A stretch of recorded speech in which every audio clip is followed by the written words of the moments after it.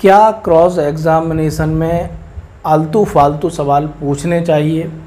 आपको पता है कि इन सवालों से कुछ नहीं निकलना है, हासिल नहीं होना है, क्या उन सवालों को भी क्रॉस एग्ज़ामिनेशन में पूछना चाहिए? तो दोस्तों हाँ, यदि आप उसका एज अ कला की तरह यूज़ कर रहे हैं, ठीक है, आर्ट की तरह यूज़ कर रहे हैं उसका, तो ऐसे फालतू सवाल आप पूछ सकते हैं। जैसे कि आप पूछ सकते हैं, ठीक है, आपका नाम क्या है, आप कहाँ तक पढ़ी हैं, ठीक है, आपने कितनी नौकरी अब तक की हैं।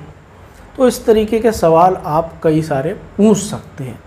तो ये एक तरीका है कि आप बीच बीच में यहाँ पर इस तरीके के जो नॉर्मल सवाल हैं वो आप पूछ सकते हैं, जिससे कि यहाँ पर जो विटनेस है कॉन्शियस ना हो जाए, सचेत ना हो जाए, और वो जो मन बना के यहाँ पर आया है कि मुझे यही गवाही देनी है, तो वो भी यही सोच रहा है जब आप सवाल पूछ रहे हैं कि आखिर ये मुझसे क्या निकलवाना चाह रहा है, और उसे आपके सवाल से ये पता चल जाएगा कि ये मुझसे इस सवाल में ये निकलवाना चाह रहा है, तो वो आपके विपरीत ही यहाँ पर उत्तर देगा।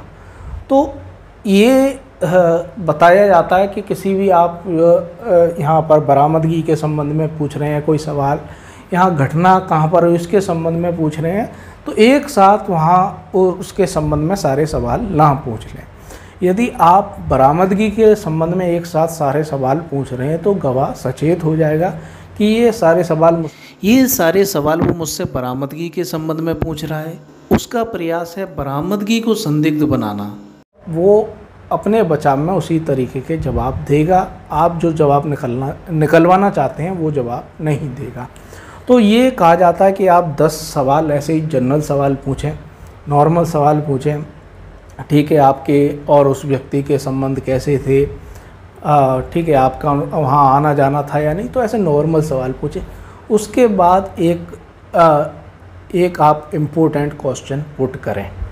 तो ये कला बहुत महत्वपूर्ण होती है जो मैं बता रहा हूँ, क्योंकि यहाँ पर एक श्रृंखला आप यदि बना देते हैं तो वो श्रृंखला से समझ जाता है कि आप क्या निकलवाना चाहते हैं, और यदि आप ऐसा करते हैं तो जो आप पाना चाहते हैं उस जवाब को पाने की संभावना पूरी तरह यहाँ ख़त्म हो जाती है। तो सवाल भी किस समय आपको पूछना है, कितने सवाल इर्रेलेवेंट सवालों के बाद आपको पूछना है, ये पता होना चाहिए। इसीलिए क्रॉस एग्ज़ामिनेशन में आपको रोका नहीं जाता है कि आप यहाँ ऐसे जनरल सवाल पूछ रहे हैं, आप वहाँ जाते थे या नहीं, इससे मिलते थे या नहीं, आपके कितने दोस्त हैं, इस तरीके के सवाल पूछने से आपको नहीं रोका जाता है, क्योंकि आप यहाँ पर एक कला का यूज़ कर रहे हैं। आप उसका ध्यान जो वो बना के आया है मन, उससे यहाँ हटा रहे हैं, जिससे कि आपको यहाँ सत्यता आप निकाल सकें, सत्य उत्तर आप प्राप्त कर सकें। तो ये एक कला है। इस तरीके की कई सारी यहाँ पर इस तरीके की आर्ट्स का यूज़ क्रॉस एग्ज़ामिनेशन में देखने को मिलता है। कोई यहाँ जनरल नियम नहीं है, ये सब लोग अपने नियम बनाते हैं और उनसे सीखते हैं। दूसरों को क्रॉस एग्ज़ामिनेशन दूसरे वकीलों को करते हुए देखते हैं तो उनसे सीखते हैं। जो जजमेंट्स पढ़ते हैं उनसे तो बहुत ज़्यादा सीखने को मिलता है क्रॉस एग्ज़ामिनेशन करने को। लेकिन सबसे महत्वपूर्ण बात जो मैंने पहले ही वीडियो में बताई, फर्स्ट पार्ट में बताई, कि आपको लॉज की जानकारी होनी चाहिए। जो उसमें इम्पोर्टेंट चीज़ें हैं जो आपके केसेस से संबंधित हैं उसकी आपको अच्छे से जानकारी होनी चाहिए।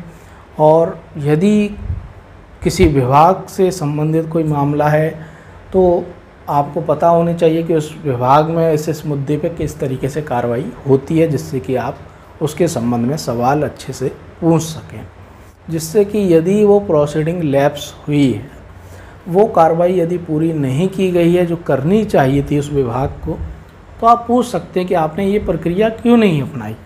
ये नियम है। जैसे कि अपहरण के मामले में जब जो लड़का या लड़की जिसका अपहरण हुआ उसकी बरामदगी किसी स्थान से होती है तो पुलिस ये प्रयास करती है, पुलिस को ये प्रयास करना चाहिए कि वहाँ यदि वहाँ भीड़ भाड़ का इलाका है, ठीक है, तो वहाँ उसे स्वतंत्र गवाह यहाँ तलाशने चाहिए। तो कम से कम 2 यहाँ स्वतंत्र गवाह यहाँ उस बरामदगी के पुलिस को बनाने चाहिए, जिससे कि ये पुलिस ये सिद्ध कर सके कि ये झूठी बरामदगी नहीं थी, ये एकदम सही बरामदगी हमने की है।